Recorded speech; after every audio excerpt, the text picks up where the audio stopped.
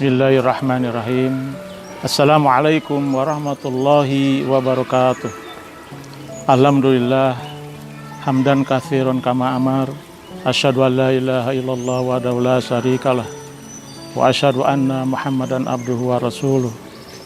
Allahumma sholli ala Muhammad wa ala ali Muhammad kama shallaita ala Ibrahim wa ala ali Ibrahim innaka Hamidum Majid. Mudah-mudahan kita panjatkan semua puja dan puji hanya kepada Allah Subhanahu wa taala yang telah memberikan berbagai macam nikmat, baik nikmat batin maupun nikmat lahir. Salawat serta salam kita mudah-mudahan dilimpahkan kepada junjungan kita Nabi Muhammad sallallahu alaihi wasallam.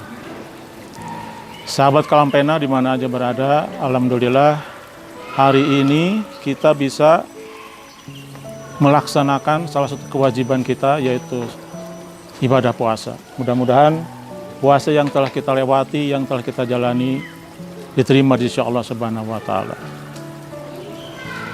Insya Allah pada kesempatan hari ini saya akan bawakan sebuah tema kriteria ahli surga Firdaus. Mudah-mudahan Allah memberikan kelancaran dalam menyampaikannya. Mengapa saya membahas tentang surga Firdaus? Karena Rasulullah sendiri bersabda, barang siapa yang meminta kepada Allah, maka mintalah surga Firdaus. Karena surga Firdaus adalah surga paling tinggi, tepat di bawah arsy, tepat di bawah arsinya Allah Subhanahu wa taala. Lalu apa kriterianya? Saya temukan dalam surat Al-Mu'minun, surat ke-23, di sana lengkap tentang kriteria calon-calon ahli surga Firdaus. Karena waktunya yang terbatas, maka yang pertama kali saya sampaikan adalah poin-poin utamanya. Nanti dibahas per poin, insya Allah kalau waktunya tepat akan dibahas semuanya. Calon-calon penghuni surga Firdaus dijelaskan dalam surat Al-Mu'minun ayat 1 sampai ayat 10. Di mana ada 7 kriteria calon ahli surga Firdaus. Yang pertama beriman. Nanti anak-anak di rumah dicatat ini ya di buku Ramadannya, ciri-ciri orang yang akan menjadi penghuni surga Firdaus. Mudah-mudahan kita termasuk di dalamnya. Yang pertama adalah orang beriman. Yang kedua, orang yang khusyuk dalam sholatnya. Yang ketiga, orang yang menjauhkan diri dari perkataan dan perbuatan yang tidak berguna. Yang keempat, orang yang suka menunaikan zakat. Yang kelima, orang yang memelihara kemaluannya. Yang keenam, memelihara amanah dan janjinya. Dan yang terakhir, yang ketujuh, memelihara sholatnya. Sahabat Pena yang dimuliakan Allah, ada sesuatu yang unik dalam surat Al-Mu'minun ini. Ayat pertama itu adalah berbunyi, Qad aflahal mu'minun. Sungguh beruntung orang yang beriman. Jadi ciri yang pertama adalah tadi, ciri orang yang beriman. Cirinya adalah orang yang beriman. Dan surat ini diakhiri dengan uniknya dalam surat ke-177, innahu la yuflihul kafirun. Sungguh merugilah orang-orang yang kafir. Jadi pertama beriman, sungguh beruntung yang beriman. Pada ayat terakhir, sungguh orang-orang kafir tidak akan termasuk orang yang beruntung. Pertama, mudah-mudahan ini waktunya bisa mencukupi untuk pembahasan ini. Pertama, ciri-ciri atau kriteria penduduk surga Firdaus adalah Qad aflahal mu'minun. Sungguh beruntung orang yang beriman. Jadi pertama beriman. Beriman artinya keyakinan dalam hati tentang kebenaran yang Allah turunkan.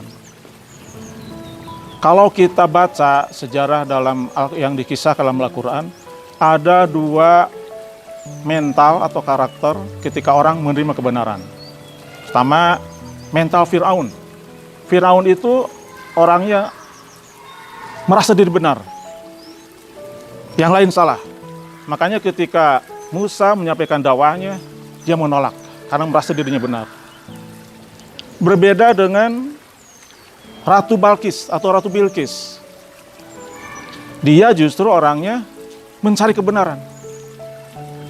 Rindu dengan kebenaran. Maka ketika Nabi Sulaiman menyampaikan kebenaran, dia menerimanya dengan lapang dada. Itulah ciri. Nah, dalam sekarang juga sama begitu. Ketika Nabi Muhammad diutus ke dunia ini, karakter manusia ada dua. Ada yang merasa diri benar, maka dia akan tetap selamanya kafir. Tapi ada juga yang rindu dengan kebenaran. Dan buktinya berbondong-bondong orang menjadi mu'alaf karena melihat kebenaran dalam Islam. Karena begini, para sahabat, pena di mana aja berada, ketika Nabi Musa diutus, maka wajib beriman kepada Nabi Musa. Sekian tahun berlalu, kitabnya mengalami perubahan, akidahnya disimpangkan.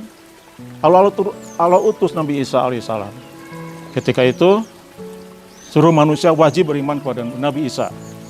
Ketika Nabi Isa diangkat ke langit, kira-kira 600 tahun, ternyata akidahnya disimpangkan. Injil yang diturunkan dirubah-rubah. Akhirnya Injil tidak ditemukan sampai sekarang, lenyap dari peredaran.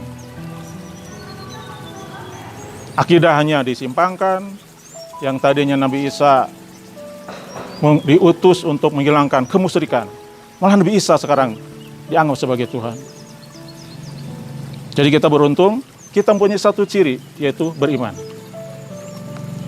Yang kedua, kriteria manusia penghuni surga adalah alladzina hum fi sholatihim khoshi'un. Itu orang-orang yang khusyuk ketika sholatnya.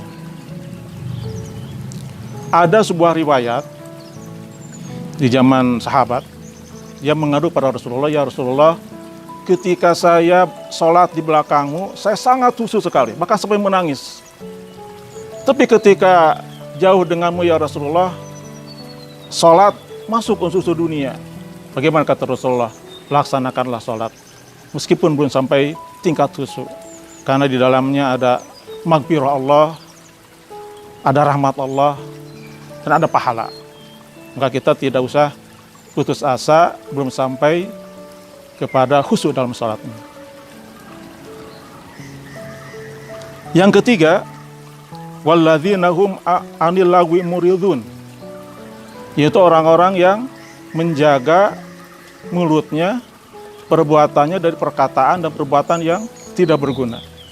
Karena mereka merasa yakin bahwa setiap kata yang diucapkan adalah akan dipertanggungjawabkan di sisi Allah Subhanahu wa Ta'ala, dicatat oleh para malaikat. Makanya orang-orang yang ahli surga ini begitu hati-hati dalam mengucapkan kata-kata dan perbuatan. Yang keempat, walladzina hum lidzakati failun, orang-orang yang menjalankan zakat. Para mufassirin mengatakan bahwa yang zakat di sini adalah zakat mal. Bagi orang yang sudah nisab, maka wajib mengeluarkan zakat. Yang kelima, walladzina hum li furujihim hafizun,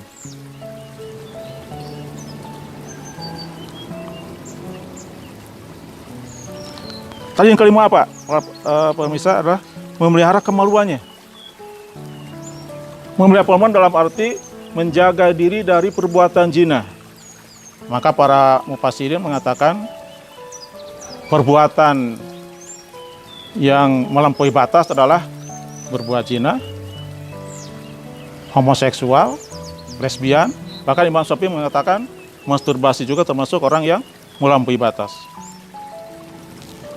Yang keenam, walladzina hum li amanatihim wa ahdim raun. Ciri yang keenam adalah menjaga amanah dan janjinya. Setiap kita menerima amanah dari Allah. Seorang suami, amanah adalah anak dan istri. Seorang pemimpin, lebih besar lagi amanahnya. Maka orang yang penghuni ahli surga Firdaus, dia sangat memegang amanahnya dan janjinya. Yang terakhir, ciri orang yang akan menjadi penghuni surga adalah walladzina hum ala sholawatihim yuhafizun. Orang-orang yang melihara sholatnya. Sepakat para mufassirin, yang dimaksud melihara di sini adalah menjaga waktu dan sunnah-sunnahnya. Waktunya tepat, bahkan orang-orang yang sudah tingkat takwanya tinggi hadir di masjid sebelum waktu masuk. Berkumpul di masjid itu para sahabat dulu. Sebelum azan berkumandang, mereka sudah kumpul di masjid. Terus yang kedua, yang mesti memelihara di sini adalah memelihara sunnah-sunnahnya. Para sahabat, tabi'in, sampai ke situ orang-orang soleh tidak pernah meninggalkan sholat berjamaah di masjid. Karena itu adalah makan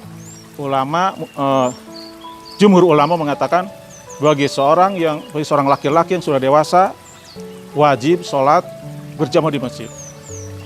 Kecuali ada ujur, misalkan sakit, suatu situasi tidak aman atau hujan lebat, termasuk adalah wujud dari Allah Subhanahu wa taala.